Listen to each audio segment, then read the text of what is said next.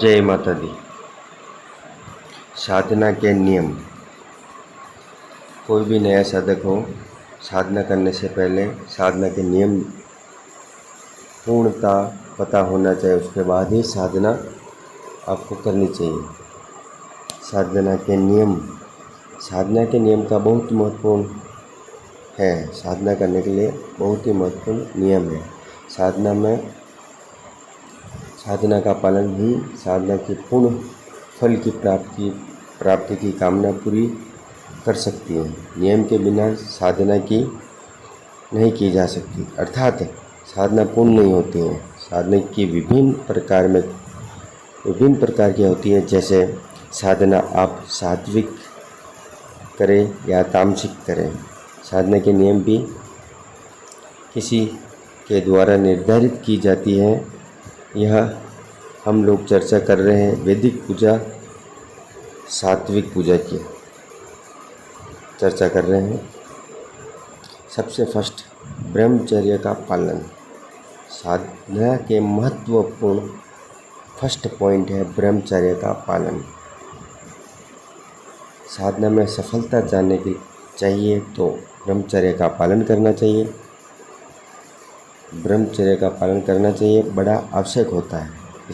इससे साधना का मुख्य नियम भी माना जाता है। ब्रह्मचर्य अर्थात ब्रह्मचर्य का मतलब क्या है, आपको पता है? नहीं है तो मैं भी बता रहा हूँ आपको। ब्रह्मचर्य का मतलब है मन, कर्म, वचन आदि से पूर्ण सात्विक विचारों को लाना चाहिए। किसी भी पराई स्त्री के बारे में विचारना, कामुक भाव रखना, कामुक भाव मन में लाना, गंदे चित्र देखना, संभोग करना, मन की अपवित्रता आदि वर्जित होता है। आपको चाहिए कि सिर्फ अपने इष्ट के बारे में ही सोचना चाहिए।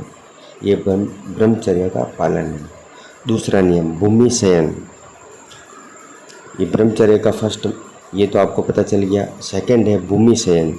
साधना के दौरान आपको सिर्फ भूमि पर ही अपने कार्य करना चाहिए। जैसे कि भोजन हो गया, स्नान हो गया, ध्यान हो गया आदि भूमि पर ही करना चाहिए। भोजन ज़मीन पर बैठ कर ही करना चाहिए, स्नान नीचे बैठ के ज़मीन पर ही करना चाहिए, ध्यान ज़मीन पर ही रख कर करना चाहिए, आदि भूमि पर ही करना चाहिए। सुखदायक बिस्तर आदि का त्याग करना चाहिए। आपको सोते हो, साधना करते हो 11 दिन की, 21 दिन की, 51 दिन की, आपको बेड पे नहीं सोना है, नीचे आपको सोना है। भूल कर भी ना सोए, इससे साधना में टूट सकती है। तीसरा है भोजन। तीसरा नियम है भोजन। केवल सात्विक भोजन को ग्रहण करना चाहिए। मांस हो गया, मदिरा हो गया, मदिरा हो गया, लहसुन हो गया, प्याज हो गया, नशे आदि वस्तुओं को त्याग करना चाहिए, जिससे आपका मन भी सात्विक हो सके। आप चाहे तो दिन में एक बार ही भोजन ग्रहण करें। लंबी साधना हो तो 9 दिन की नवरात्रि में साधना हो तो आप अखंड भी कर सकते हैं। बाल भी नहीं काटते, नाखून भी नहीं काटते, साबुन भी नहीं लगाते, क्योंकि साबुन में आजकल चर्बी वगैरह आती है, इससे अपन की साधना टूट सकती है। इसके लिए आपको और 11, 21, 51 दिन की करें तो आप एक समय का भोजन ग्रहण कर सकते हैं। फर्स्ट हो गया, सेकंड हो गया, थर्ड हो गया। फोर्थ है वस्त्र कैसे पहनना। वस्त्र का जैसे कि वस्त्र का चयन करना चाहिए जिसकी आप साधना कर रहे हैं, जो इष्ट को प्रिय हो। यदि आपके भगवान विष्णु की आराधना कर रहे हो तो आप पीले रंग के वस्त्र चयन कर सकते हैं। और मंत्र जाप।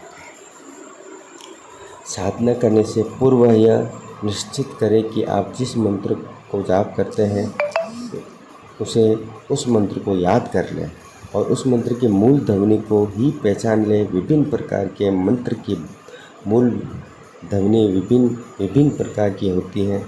जप काल के दौरान नींद, आलस्य, उबास, डरना, थूकना, छींकना, खांसना, लिंग को स्पर्श करना आदि वर्जित होता है, जबकि पहले ही दिन के अंतिम दिन तक मंत्र की संख्या को निर्धारित करना चाहिए और साधना करने से पहले ही आपको संकल्प लेना चाहिए।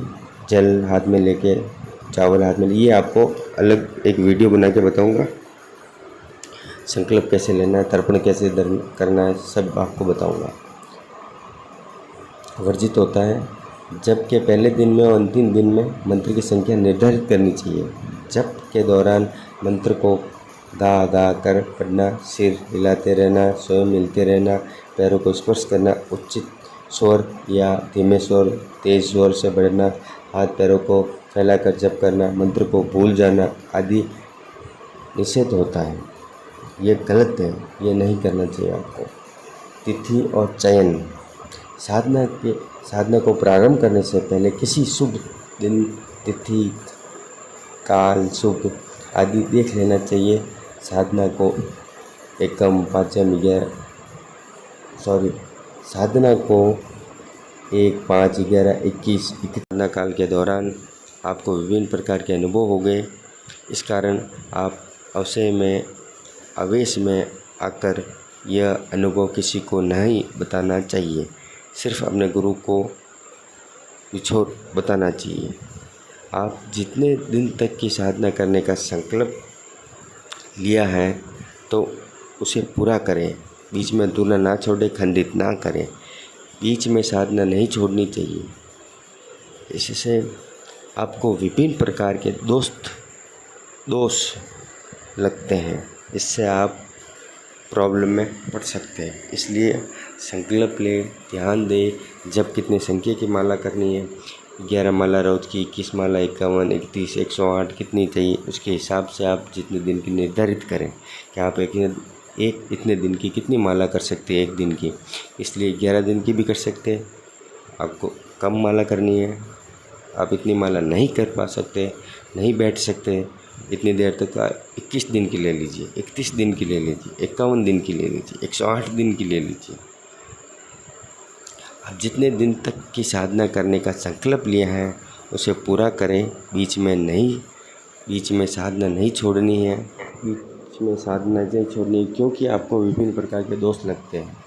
आप जिस कामना के साथ साधना कर रहे हैं उसे अपने मन में रखना चाहिए और अपने इष्ट से निवेदन करना चाहिए। सुबह से लेकर शाम तक केवल अपने ही इष्ट को स्मरण करना चाहिए। इस प्रकार यदि आप बताए गए नियम के अनुसार करते रहते हैं तो आपकी साधना जल्द ही पूर्ण होगी और आपको उत्तम फल की प्राप्ति होगी। इसलिए आपको ये 6-7 प्रयोग बताए हैं, नियम बताए हैं, उसको अवश्य ही करें। आपको कोई भी साधना हो, सात्विक साधना, तामसिक साधना, सात्विक साधना बताइए आपको। सात्विक साधना में करने में गृहस्थी वाले लोग कर सकते हैं। आप सब नियमों का पालन करना चाहिए। जब संख्या निर्धारित करें उसके हिसाब से आपको देखनी, 30 माला कर सकते हो, 20 माला, 21 माला, उसके हिसाब से दिन में आपके हिसाब से आप कर सकते हैं। और आपके साधना कितने दिन की करनी चाहिए, कितनी माला होगी, कितने दिन में होगी, क्या होगा क्या नहीं होगा, ये सब अगले वीडियो में बताऊंगा। जब तक आप लाइक एंड सब्सक्राइब कर लीजिए, वीडियो ज़्यादा से ज़्यादा शेयर कीजिए। आपको आगे की सूचना अगले वीडियो में बताएंगे, कितना जाप करना है, क्या है, तर्पण देना है, सब आपको बताएंगे कैसे क्या करना है। जय माता दी।